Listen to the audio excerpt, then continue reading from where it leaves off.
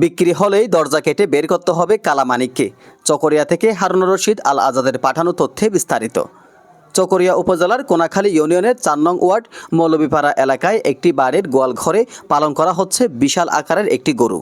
স্থানীয়ভাবে কালামানিক নামে পরিচিত এই গরুটির ওজন প্রায় ১৭ মণ ছাড়িয়েছে বলে দাবি করছেন গরুটির মালিক দুবাই প্রবাসী হেলাল উদ্দিন। কিন্তু গরুটির আকৃতি এতটাই বড় যে সেটি এখন আর গোয়ালের দরজা দিয়ে বের করা সম্ভব নয়। তাই কেউ কিনলে দরজা কেটে তবেই গরুটিকে বের করতে হবে বলে জানানো হয়েছে। হেলাল উদ্দিন জানান, গত ২.৫ বছর ধরে তিনি গরুটি লালন পালন করছেন সন্তানের মতো। গরুটির দৈনন্দিন খাবারের তালিকায় রয়েছে খুদের ভাত, কলাই ভাঙ্গা, ভুসি, গম, ঘাস, চানাবুট ও চিরা গুড়ের মিশ্রণ।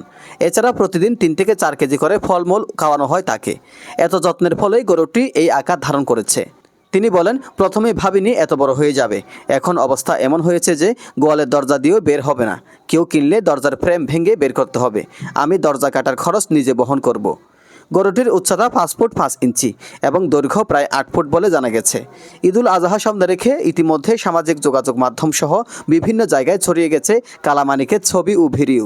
ফলে দূর দূরান্ত থেকে ক্রেতারা খোঁজখবর নিচ্ছেন প্রতিনিয়ত। স্থানীয় বাসিন্দা আব্দুর রহিম জানান, এর আগে এলাকায় এত বড় গরু দেখা যায়নি। অনেকেই গরুটিকে এক নজরে দেখতে প্রতিদিন ভিড় করছেন বাড়িতে। গরুর মালিক হেলাল উদ্দিনের ভাই নেজাম উদ্দিন বলেন, গরুর স্বাস্থ্য ও ওজন স্বাভাবিকের চেয়ে বেশি হলেও এটি মোটা তাজাকরণে ক্ষতিকর ওষুধ প্রয়োগের মাধ্যমে নয়, বরং প্রাকৃতিক খাদ্যে বড় হয়েছে। গরুটির দাম জানতে চাইলে বলেন, দর কষাকষির মাধ্যমে গরুটির দাম নির্ধারণ করা হবে। তবে মালিক হেলাল উদ্দিন বলেছেন, যে ভালো দাম দেবে তাকে দিয়ে দেব।